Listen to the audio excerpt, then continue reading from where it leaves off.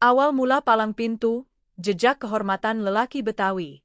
Pada suatu sore yang teduh di kampung Setubabakan, Jakarta Selatan, seorang pemuda Betawi bernama Jamal bin Marzuki duduk bersila di beranda rumah kayu beratap genteng tanah liat.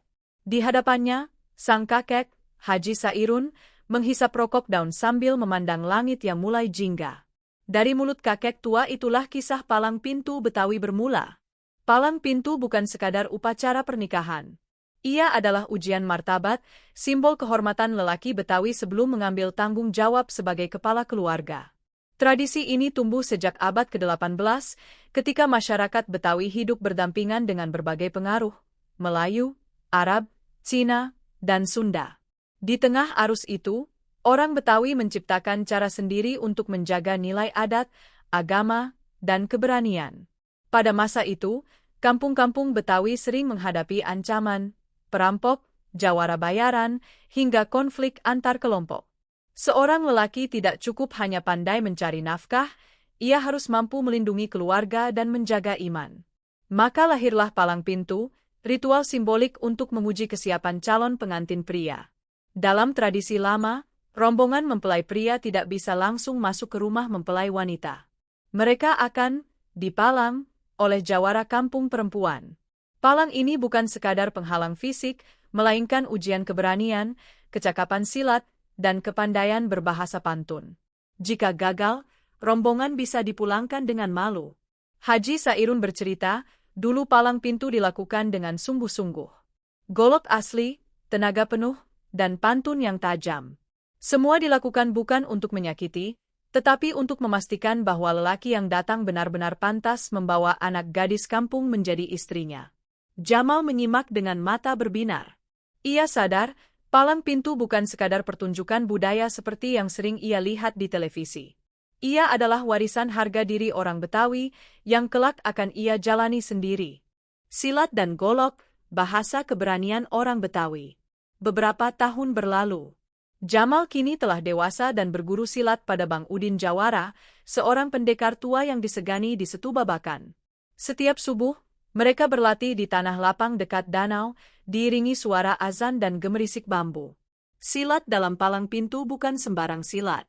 Ia adalah silat Betawi, yang menggabungkan kelincahan, ketegasan, dan etika.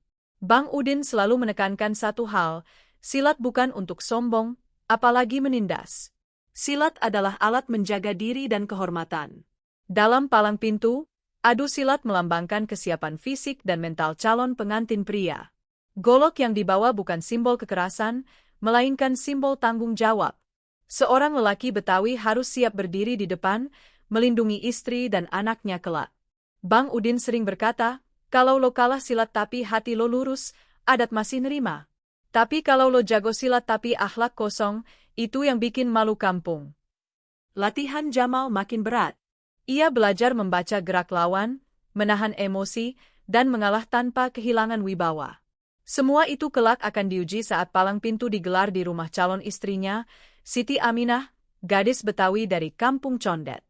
Pantun dan akal, ujian kecerdasan dan adab.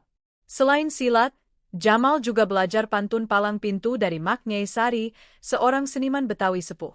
Pantun bukan sekadar sajak, melainkan adu kecerdasan dan adab. Kata-kata harus tajam, lucu, sopan, dan bermakna. Dalam palang pintu, pantun menjadi jembatan komunikasi antara dua keluarga. Sindiran halus, pujian, dan doa disampaikan dalam bait-bait berima. Disinilah terlihat kecerdasan calon pengantin dan juru bicaranya. Mak Nyai Sari mengajarkan Jamal bahwa pantun adalah cermin hati.